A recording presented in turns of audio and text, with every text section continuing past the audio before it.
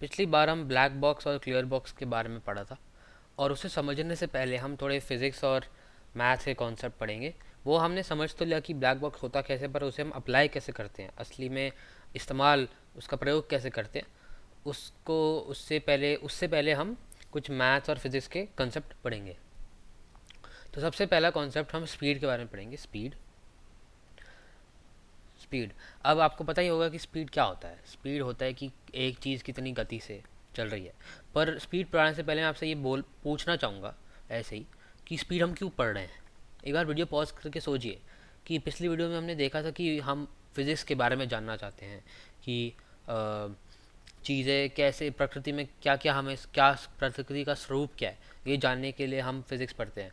तो उसे स्पीड और स्पीड, डिस्टेंस वगैरह ये सब पढ़ने का फ़ायदा क्या। तो एक बार पॉज करके सोचिए। तो मैंने अज्यूम कर रहा हूँ कि आप पॉज करके सोच चुके हैं। तो मैं आपका इसका जवाब दूंगा कि हम स्पीड और ये सब जो आगे हम चीज़ें पढ़ने वाले हैं, स्पीड यानी कि गति या डिस्टेंस की वो कितनी दूर जा रहा है, ये सब चीज़ें हम इसलिए पढ़ रहे हैं क्योंकि जब हम फिज़िक्स की थ्योरी बनाते हैं, जब हम फिज़िक्स पढ़ते हैं, तो हम जब प्रकृति को देखते हैं तो हम ये देखते हैं कि जो चीज़ें हैं, कुछ चीज़ें वो हैं वो एक जगह रहती हैं, पर कुछ चीज़ें जो हैं वो मूव करती हैं। और हमारा ध्यान उन चीज़ों पे ज़्यादा जाता है जो चलती हैं या जो भागती हैं, दौड़ती हैं। जैसे कि अगर आप मान लो धरती पे पहले इंसान और आपको प्रकृति को जानना है, उसका स्वरूप देखना है, तो मान लो सब कुछ एक जगह पर बैठा हुआ है।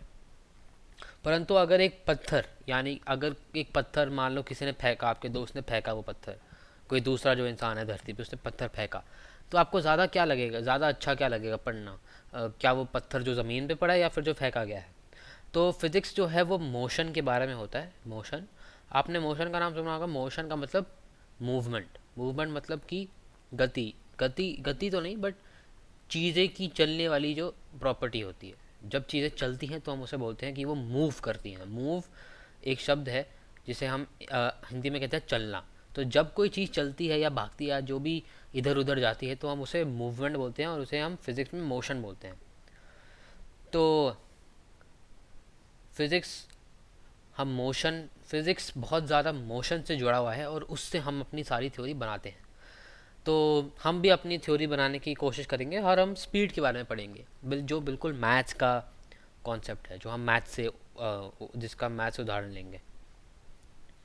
तो अगर मान लो आपके पास दो लोग हैं और वो एक रेस में दौड़ रहे हैं, तो ज़्यादा तेज़ कौन दौड़ता है। अब ये नहीं, अगर आपका दोस्त मान लो 50 मीटर दौड़ता है और आप 100 मीटर दौड़ते हो, तो मैं इससे ये नहीं बता सकता कि आप ज़्यादा तेज़ हो या आपका दोस्त ज़्यादा तेज़ है। मुझे जानना पड़ेगा कि आपने उस 50 मीटर में या फिर आपके दोस्त ने उस 100 मीटर में, जो भी मैंने कहा था, उसमें कितना टाइम लगा।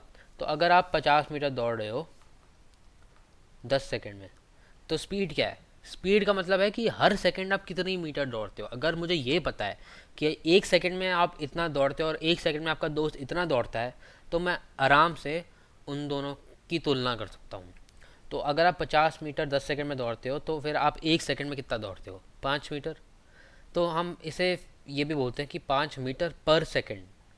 पर सेकंड, ये थोड़ा गलत बना दिया मैंने, इसे मैं जल्दी से इरेज कर देता हूँ। तो इसका अर्थात यह है कि आप 5 मीटर 1 सेकंड में दौड़े, तो उसे लिखने का मतलब ये है। तो हम इसे ऐसे भी निकाल सकते थे कि हम 50 मीटर को 10 सेकंड से डिवाइड कर रहे हैं। तो 5 10 से अगर आप 50 को डिवाइड करोगे तो क्या आएगा, 5, और मीटर पर सेकंड बच गया। तो मतलब आप 1 सेकंड में 5 मीटर दौड़े हो। अगर आपका दोस्त 100 मीटर दौड़ा है, परंतु उसे 50 सेकंड लगे दौड़ने में, तो उसकी स्पीड क्या होगी, उसकी स्पीड होगी 100 मीटर डिवाइड बाई 50 सेकेंड, जो होगा 50 मीटर पर सेकेंड। सॉरी, ये मैंने क्या कर दिया, गलती कर दी। 100 को अगर 50 से डिवाइड करेंगे तो 2 आएगा, तो 2 मीटर पर सेकेंड। तो इससे आपको आराम से पता चल रहा है कि आप अपने दोस्त से ज़्यादा तेज़ भागते हो, क्योंकि आपने कम टाइम में 50 मीटर भागा, पर उसने कुछ ज़्यादा ही टाइम ले लिया 100 मीटर भागने में। तो देख रहे हो कि 1 सेकंड में आपका दोस्त 2 मीटर भागता है और 1 सेकंड में आप 5 मीटर डालते हो। तो ये स्पीड का कॉन्सेप्ट है। ये एक फंडामेंटल कॉन्सेप्ट। मैं आपसे पूछता हूँ कि क्या एक स्पीड जो है वो फंडामेंटल है या नहीं है। इसका जवाब आसान है कि वो नहीं है, क्योंकि ये मीटर और सेकंड दोनों से बना है। मीटर जो है वो लेंथ है, और लेंथ एक फंडामेंटल प्रॉपर्टी होती है, और सेकंड है वो टाइम है, और वो भी फंडामेंटल होती है। तो आप मीटर पर सेकंड को और नहीं तोड़ सकते, परंतु मीटर पर सेकंड जो है वो मीटर और सेकंड को एक साथ जोड़ के बनाई जाती है, इसलिए जो स्पीड है वो एक डिराइव्ड क्वांटिटी है, डिराइव्ड क्वांटिटी है। तो हम बोलते हैं कि ये एक डिराइव्ड क्वांटिटी है। अब हम इसे मैथ्स के तौर पे कैसे लिखें? तो अगर मैं आपसे पूछूं कि, अगर मैं यहाँ पे एक क्वेश्चन लिखूं, एक सेकंड बाद, एक सेकंड बाद आप, तो यानी कि यहाँ लिखता हूँ यू, यू का मतलब होता है आप, और आपका दोस्त, फ्रेंड, ठीक है, ये आप हो, ये आपका दोस्त है। तो अगर मैं पूछूं एक सेकंड बाद आप कितनी दूर, कितनी देर कितनी दूर भागोगे, तो अगर आप एक सेकंड में 5 मीटर भागते तो एक सेकंड में आप 5 मीटर भागोगे, और आपका दोस्त 2 मीटर भागेगा। अगर मैं आपसे पूछ रहा हूँ कि 2 सेकंड में, ये 1 सेकंड है, ये 2 सेकंड है, 2 सेकंड में अगर आपसे पूछ रहा हूँ तो 2 सेकंड में आप कितनी दूर भागोगे? 5 मीटर इंटू 2। अगर एक सेकंड में 5 मीटर दौड़ते हो तो आप 2 सेकंड में कितना दौड़ोगे? 5 मीटर इंटू 2 यानी कि 10 मीटर, तो यहाँ 10 लिख देता हूँ। और आपका दोस्त दौड़ेगा 2 मीटर इंटू 2, 4। और ऐसे ही ऐसे अगर मैंने आपसे पूछा कि अगर मेरे पास कोई टाइम टी है, टी मतलब मुझे उसका मतलब नहीं पता कि वो 1 है, 2 है, 3 है, कुछ भी हो सकता है, तो उसमें आप कितनी दूर भागोगे? आप भागोगे 5 मीटर इंटू टी, है ना। अगर 5 होगा, 5 सेकंड के लिए दौड़ोगे तो 5 इंटू 5 यानी कि 25 मीटर भागोगे। तो टी है मतलब कि कोई भी टाइम टी है, और आपका जो दोस्त है वो 2 मीटर इंटू टी, तो मतलब 30 सेकंड के पश्चात आप इतना दूर भागोगे और वो इतना दूर भागेगा। तो इसे हम 5t भी लिख सकते हैं, 5t मीटर, और इसे हम लिख सकते हैं 2t मीटर, 2t मीटर। तो ये जो आप देख रहे हैं कि जो डिस्टेंस है, जो डिस्टेंस है, अगर मैंने आपसे पूछा, अगर मैंने आपके और आपके दोस्त से पूछा कि कितनी दूर भागे आप, तो फिर आप पहले मुझसे पूछोगे कि आप ये बताओ कि आप कितने टाइम में जाना चाहते हो। अगर मैंने आपसे सवाल पूछा कि आप कितनी दूर भागे, तो आपको ये तो पता होना चाहिए कि मैं क्या टाइम के लिए पूछ रहा हूँ। आप पूछोगे 1 सेकंड, 2 सेकंड, तो मतलब t सेकंड के बाद आप बोलोगे कि मैं 5t मीटर भागूंगा और मेरा दोस्त 2t मीटर भागेगा। तो यार जो डिस्टेंस है वो किस पे डिपेंड करता है? किसी चीज़ के ऊपर निर्भर है, वो टाइम पे डिपेंड करता है। तो जो डिस्टेंस है वो टाइम पर डिपेंड करता है। ज़्यादा देर के लिए भागोगे मतलब ज़्यादा डिस्टेंस को कवर करोगे, कम देर के लिए भागोगे मतलब कम डिस्टेंस को कवर करोगे। तो मेरा अर्थात ये है कि डिस्टेंस जो है वो टाइम पर डिपेंड करता है। तो मैं यहाँ पे अंग्रेजी में लिख सकता हूँ distance, distance depends on time. इसका मतलब ये है कि डिस्टेंस टाइम के ऊपर निर्धारित है, उसके ऊपर डिस्टेंस को हम टाइम से निकाल सकते हैं। तो इसका अर्थात ये है कि डिस्टेंस डिपेंड्स ऑन टाइम। तो अगर मैं टाइम की वैल्यू जानता हूँ तो मैं डिस्टेंस की वैल्यू भी जानता हूँ। तो इसको मैं मैथ में कैसे लिख सकता हूँ? अगर कोई आपसे पूछ रहा है, आपसे बात कर रहा है, तो आप हमेशा ये तो नहीं बोलोगे डिस्टेंस डिपेंड ऑन टाइम, ये तो बहुत लंबा है बोलने के लिए। तो हम इसे बहुत छोटे तरीके से लिख सकते हैं। इसे हम लिख सकते हैं D bracket T close bracket. हम इसे ऐसे लिख सकते हैं। इसका मतलब यह है कि जो डी है यानी कि जो हमारा डिस्टेंस है वो किसी चीज़ के ऊपर डिपेंड करता है, और वो जो चीज़ है वो ब्रैकेट के अंदर वाली चीज़ है यानी कि टाइम। तो हम बोलेंगे डिस्टेंस टी के ऊपर डिपेंड करता है। और इसे अंग्रेज़ी में हम कुछ और बोलते हैं। इसको हम सीधा सीधा ये नहीं बोलते कि डिस्टेंस डिपेंड ऑन टाइम। इसका हम मैथ्स में कुछ और स्पष्ट तरीके से बोल सकते हैं, और वो ये है कि जो डिस्टेंस है D is a function, is a function of T. यानी कि function D is a function of T and D depends on T. इसका मतलब ये था कि डी डिपेंड्स ऑन टी। इसका मतलब सॉरी, इसका मतलब और इसका मतलब बिल्कुल बराबर है। डी डिपेंड्स ऑन टी, इसको हम मैथ्स में ऐसे बोल सकते हैं कि D is a function of T. बस ये बोलने का तरीका है। और ये डी ऑफ टी जो है वो बोलना ज़्यादा आसान है कि डी डिपेंड्स ऑन टी, तो ये ज़्यादा आसान है बोलने के लिए, इसलिए हमने ये बना दिया। तो डी ऑफ टी, तो इसमें आपके दोस्त के लिए या फिर आपके लिए डी ऑफ टी क्या है? 5t। और आपके ये है आपके लिए, तो यू। और आपके दोस्त के लिए क्या है, डी फ्रेंड। आपके दोस्त के लिए क्या है, 2t। मतलब कि टी समय के बाद जो डिस्टेंस आपका दोस्त कवर करेगा वो 2t, और 30 सेकेंड के बाद आप 5t कवर करोगे, 5t का डिस्टेंस दौड़ पाओगे। तो यही है, इसको हम फंक्शन बोलते हैं, जैसे मैं आपको अभी बताया, इसे हम बोलते हैं फंक्शन।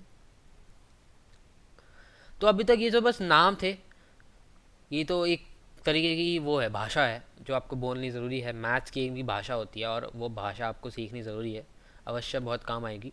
तो जैसे आपको अंग्रेज़ी आती है, हिंदी आती है, वैसे ये भी भाषा है और इसके काफ़ी जो शब्द हैं वो अजीब लगेंगे, परंतु आगे जाके मैं इसे इसका प्रयोग करता रहूँगा। तो हमने स्पीड के बारे में पढ़ लिया, हमने फंक्शन के बारे में पढ़ लिया, डी ऑफ टी के बारे में पढ़ लिया। अब हम कुछ और पढ़ेंगे जो इससे ही रिलेटेड होगा, इससे रिलेटेड होगा, परंतु कुछ अलग होगा।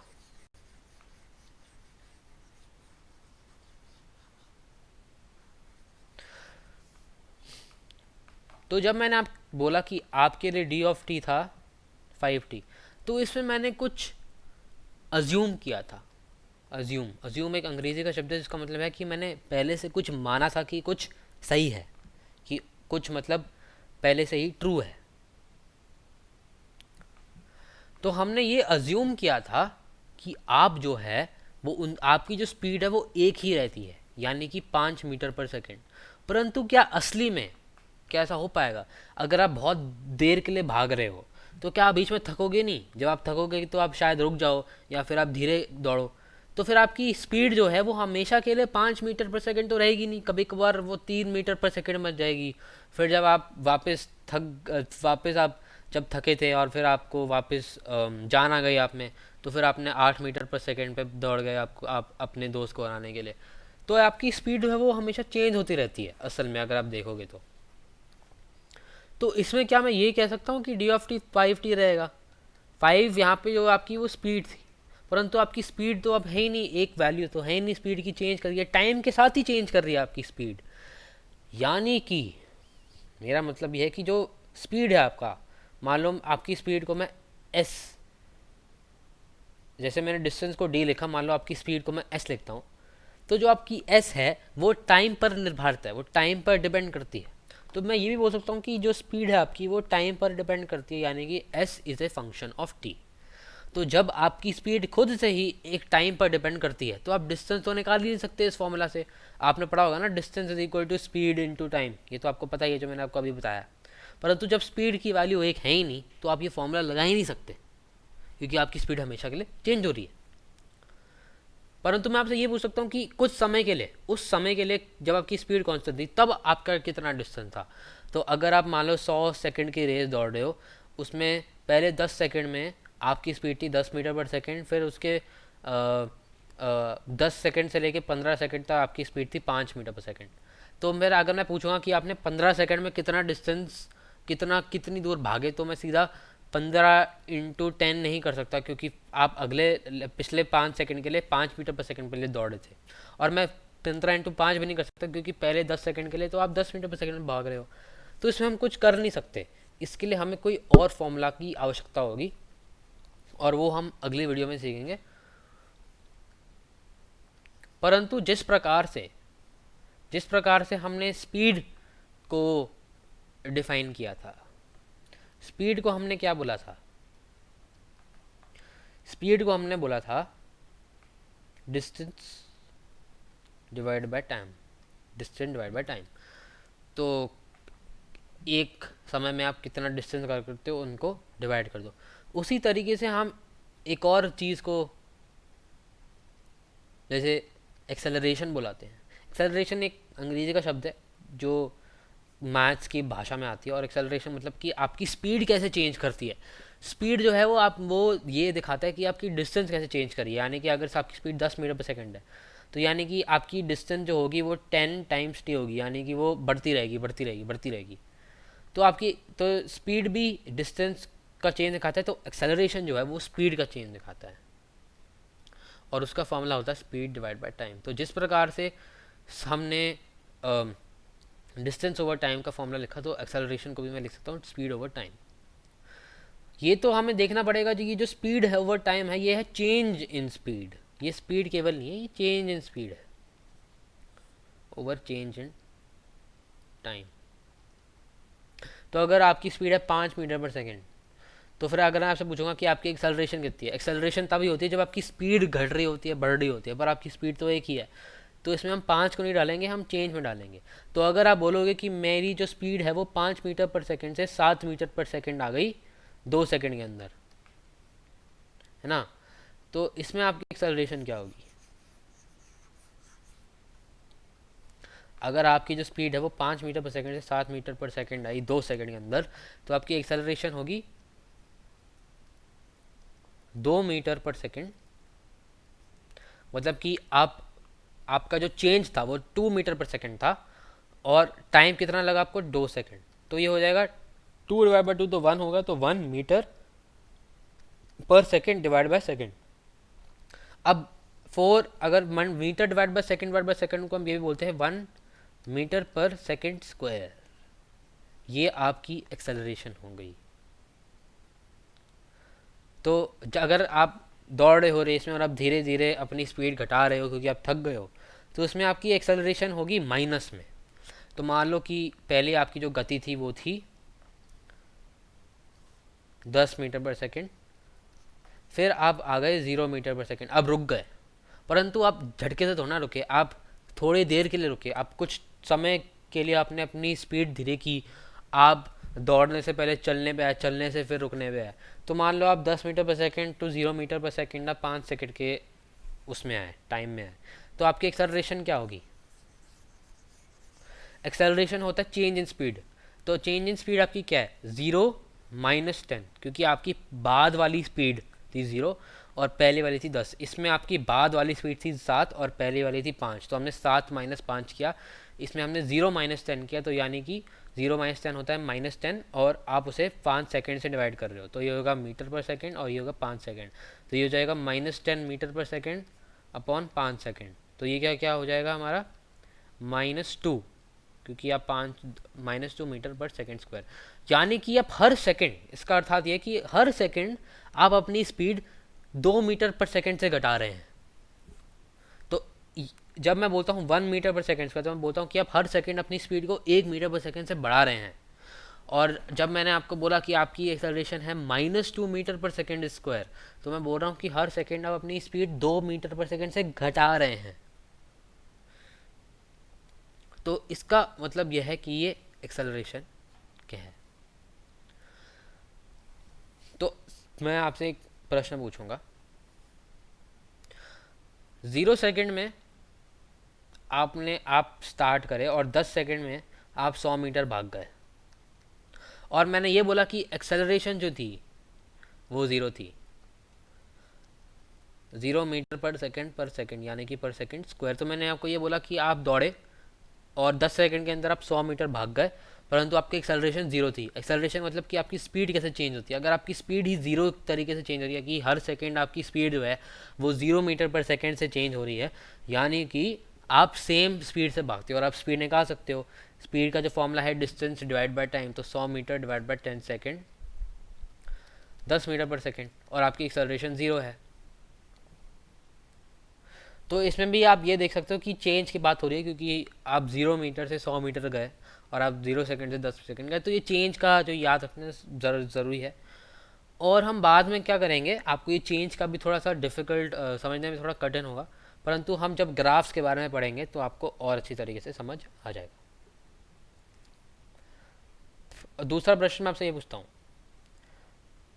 आप 0 सेकेंड से 5 सेकेंड के उसमें टाइम में आपकी गति जो थी वो 5 मीटर पर सेकेंड से 10 मीटर पर सेकेंड पे आ गई, 5 मीटर सेकेंड पे 10 मीटर पर सेकेंड पे आ गई। तो इसका अर्थ क्या है? इस आपकी मैं आपसे पूछूंगा आपका एक्सेलरेशन कितना है,